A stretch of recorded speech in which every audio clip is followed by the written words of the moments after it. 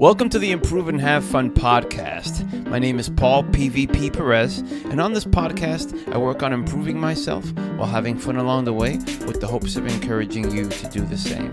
I love documenting life, I love creating content, and on this episode, we talk about... These are 4 new weird stories, because you know I love the weird stories. I love them. And thank you for tuning in, and let's go ahead and get into the first story here, which is world's first underwater villa is charging $50,000 per night. This article is on Architectural Digest, and this is dated the 30th of October.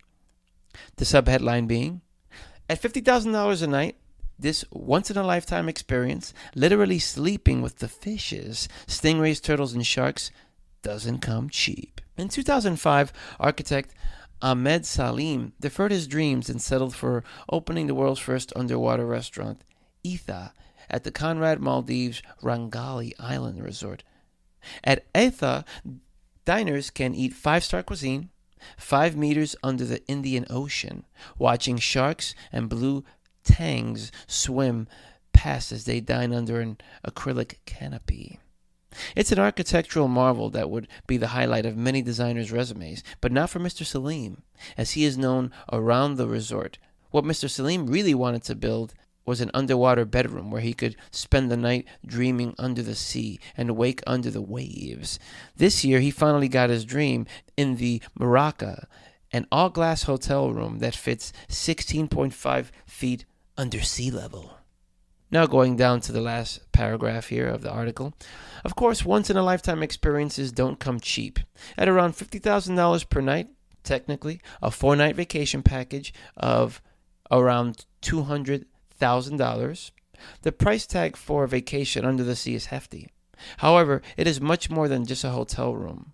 Guests at the Maraca are flown in on a private seaplane that lands at their own private jetty or picked up from the main resort in a speedboat that's theirs to use for the rest of their stay.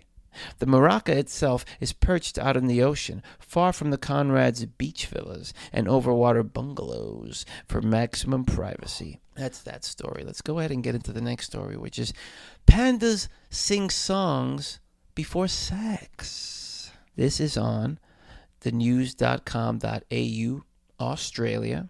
The subheadline being, it's not something you hear every day, but humans could really learn a thing or two from the sex lives of pandas.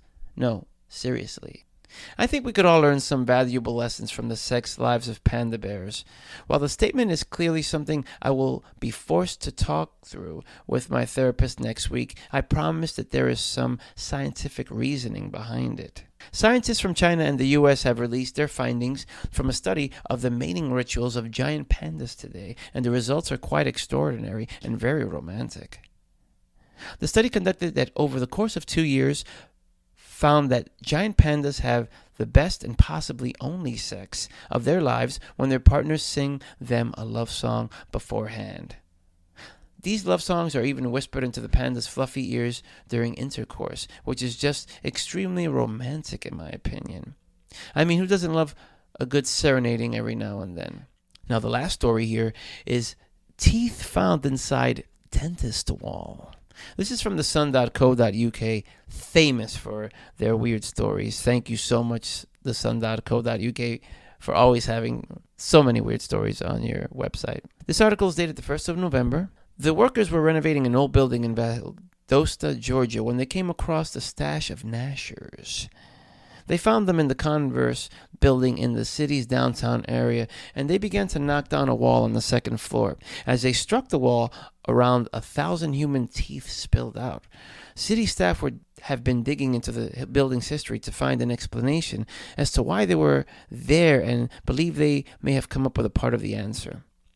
Harry Evans, a researcher for the Lowndes County Historical Society and Museum, told about the Valdosta Daily Times that the building was once occupied by a dentist named Clarence Whittington in 1900. Building then occupied by a different dentist, Dr. Lester G. Yeomans, until at least 1930. The newspaper reported signing a 1928 receipt for a tooth extraction as proof. We are trying to put puzzle pieces together. So what we're thinking is that the dentist that was above the drugstore was Dr. Humans, that we have the receipt from. Ellen Hill, the Valdosta Main Street director, told the Valdosta Daily Times, "We can't find any direct family for Humans, so we can't find out exactly what happened." What's even more unusual that this isn't the first time human teeth have been found in older buildings in the state.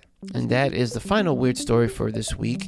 If you enjoy any of these, please contact me. Let me know what you think. I'll leave those contact details in the show notes for this episode. Weird stories. Find so many more on the website at improveandhavefun.blog. There's a tab there, and you'll find all my previous weird stories posts. Let's get weird, baby.